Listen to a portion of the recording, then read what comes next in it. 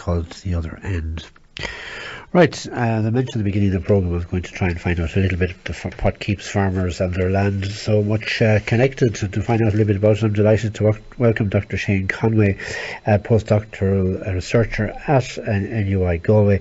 Shane, you're very welcome to here on Connemara Community Radio. Thanks very much, Brendan, for having me. Delighted to be here. Not at all. Shane, just to, I suppose, tell us a bit about the background to this. How did you get started into this field?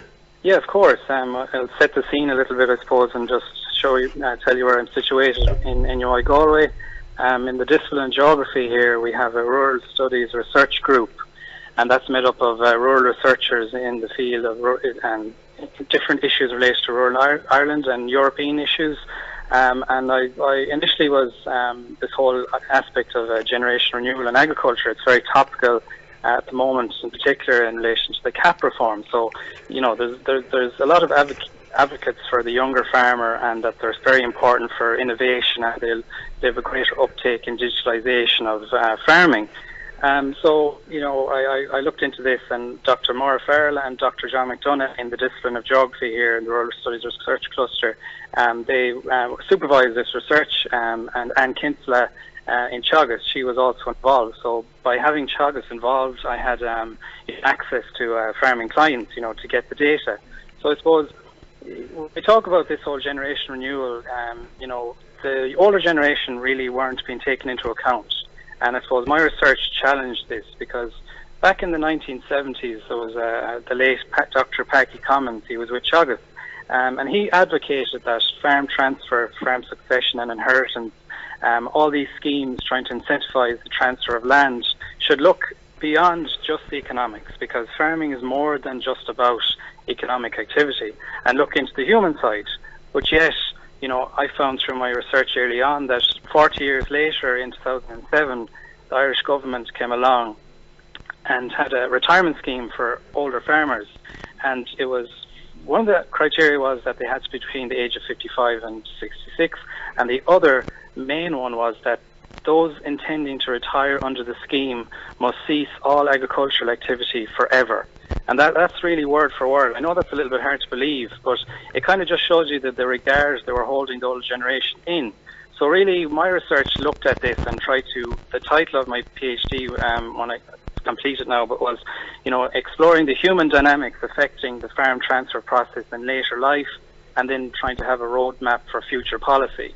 So that's setting the scene as to why I looked into this, because, as we all know, especially I'm from Galway myself, from a farming community, I do realise that the farm is a way of life. It's not just a job, I suppose. So you live where you work, etc. So I looked into this from different kind of perspectives. I looked at the way the farm is attached to the occupation. I looked at the partnerships between the older and younger generation, because when we talk about this concept, back in the 1994, there was a paper written in New Zealand, and they called it the Prince Charles syndrome. So it's a novel way to look at it. So you look at Prince Charles, and you have to remember this paper was written 23 years ago, I think. So he's still in the same situation today, but really he hasn't really got any say in the running of the country, or whatever their role is exactly. But you put in an older farmer into that context of his age, that could be in their late 60s, but he or she may still not have full control of the farm because their father or their mother is still signing the checkbook, for example. So that's another part of it I looked at. And then the final paper that's recently published, that has been, it was picked up by the Farming Independent and various media sources this week, was the whole farmer-farm relationship in later life, and the way the farm is related to the farm space, that there's a sense of security there. The farm has an avenue towards connections, be it going to the march, their friends are tied up, and the whole attachment, as in the family tradition. It's been in the farm for a couple of generations, and all these play into the role of the farmer's way of life, and the fact that those that in a lot of occupations are expected to retire, farmers just don't want to. And I suppose my research looked at this and looked at the reasons for this, and through my quotes I brought to life the attachment of the farm and the land, and the reluctance to step aside.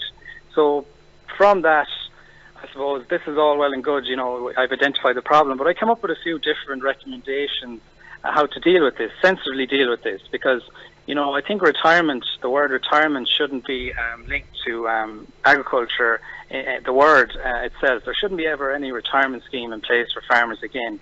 They should name it a farm progression scheme, so it has a kind of a sense of, moving forward and moving backwards. So that's one idea. The other one would be that, that Macra Firma are a very strong organisation in Ireland. They have a representative on the top board of different, even at the government, they would have a representative there to give their say at the Shannon, for example, or in Teagasc, the top board. But yet, when we look at the older generation, the IFA are there, but they will have their own agenda, and obviously agriculture reduction is so important, that's all well and good. But specifically for the older generation, there really isn't any national body out there to represent their needs, to give them a voice and to let them stand their corner, because at the moment the language that's being used is that they're basically slowing it all up. But from my perspective and from what I found out and from going out there and even talking to the younger farmers, that the older farmers hold all this knowledge all their life.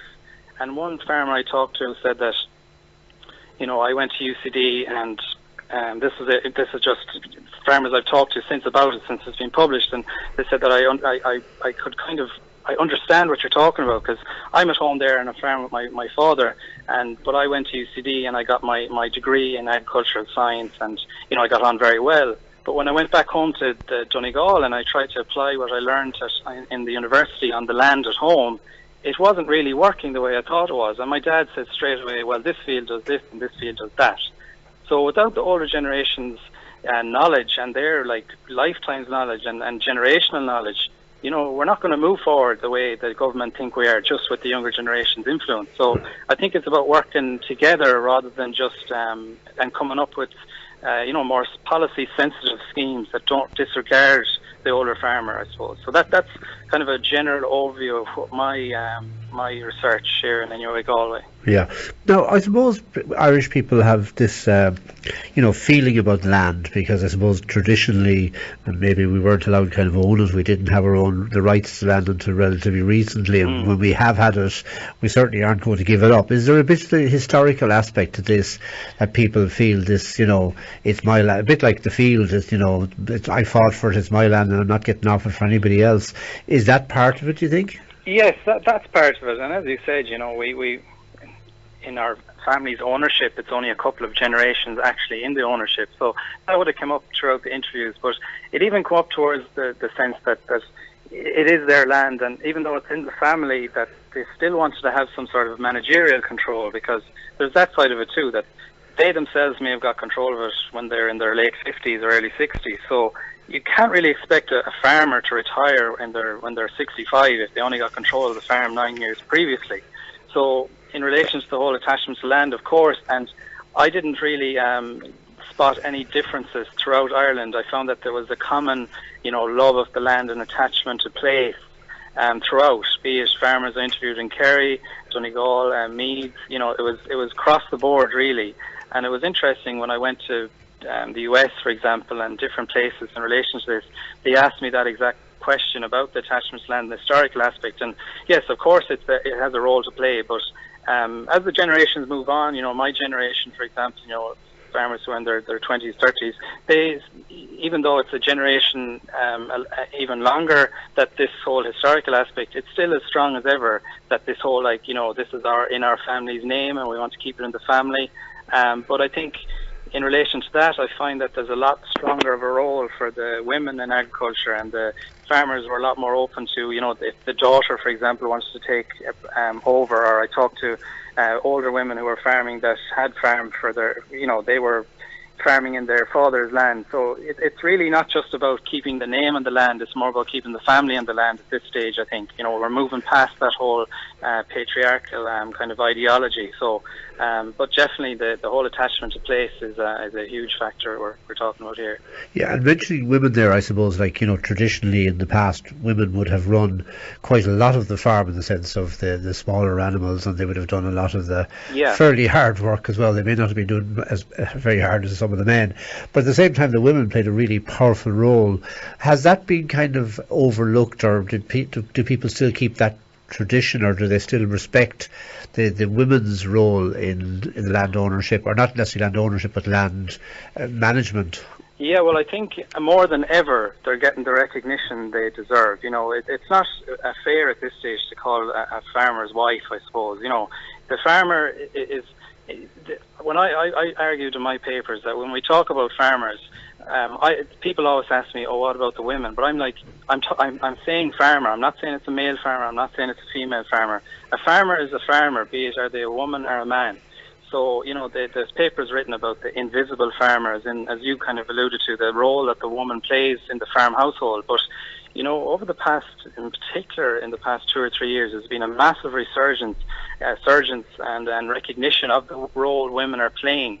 The West Women in Farming group have set up recently, and they held a big event in GMIT in January, and it was all about recognising women's role in agriculture. And the Southwest Women in Agriculture have a group set up, the Northwest Women in Agriculture, and this is all very recent. So there's an increasing recognition of the role they play, because there's no doubt about it, they have an extremely important role to play. And it's not just about helping out; it's in the managerial role as well. So we have to be very recognise that, and thankfully, with all these new groups, they're gaining momentum, and there will be more recognition from here on out, which is well deserved. So. Yeah.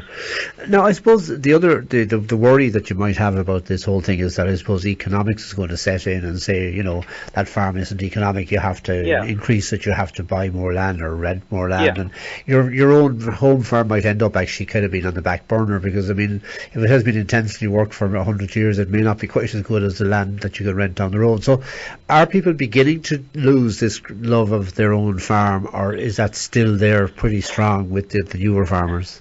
Well, it is with the younger farmers, because you only have to look at, say, the points for UCD agriculture. It's growing up every year.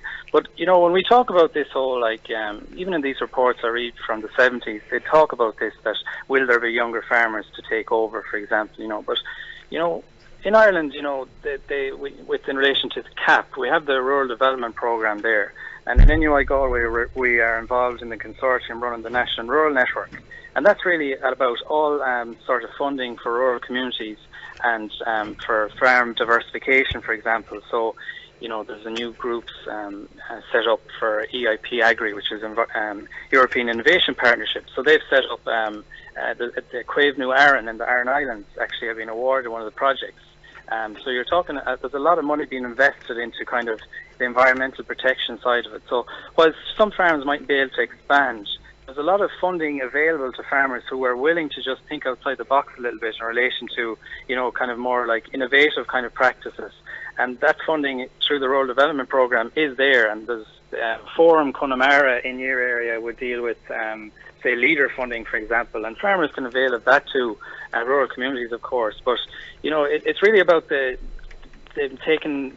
it's easy to be negative and to be very doom and gloom about, there's not as many young people around, there's not as many, they mightn't have as much of an interest. But yet, there's so much funding out there for those who are interested in that, just would kind of open their mind to these new schemes they're running. You only need to look at what has happened in the Burn Life project. The farmers there, they've grouped together, they've worked together, they've worked on their strengths. They obviously know that the environment is a big part of it, and because of that, the Department of Agriculture and European circles recognise this, and there's a lot of money being funded towards this. And this contributes to tourism then, because they have the agricultural ecosystem, it's up and running, because basically when they took the cattle off a few years ago, the regeneration of these wildflowers, for example, were dying out because they weren't being grazed. So I suppose it's about looking at these different examples and trying to, and obviously the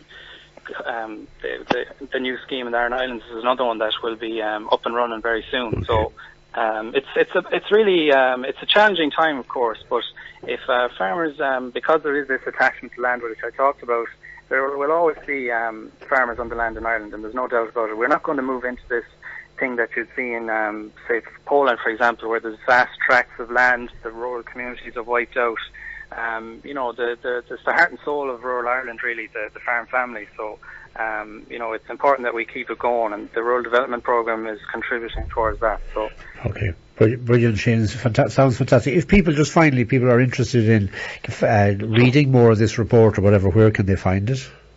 Well, the report, it was in the Teagasc tea research summer 2018 edition. It's available online in all the local Teagasc offices. There's an article on this research in that, and also on, like, I suppose I'm very easy to find on the NUIG website in the disciplinary geography section. And if anyone wants to actually read the papers themselves, I can email them on or whatever. But at the moment, it was in the Tuesday's Farming Independent as well. If someone has that still lying around their table, there's a section on that, and it's pretty widely available out there. And the whole hope is that in relation to the whole the upcoming schemes for farm succession and transfer, that they actually take into account the value of the older generation. So I think if my research gives the older generation a voice and gives them some sort of representation at the top table of this policy environment, it has been a success. So that's the way I look at it. So. Okay. Well, listen, Shane, thank you very much, and the best of luck with us, and we might get to talk to you again. Yeah. Okay, bye. Enjoy the weather. See you bye. Bye.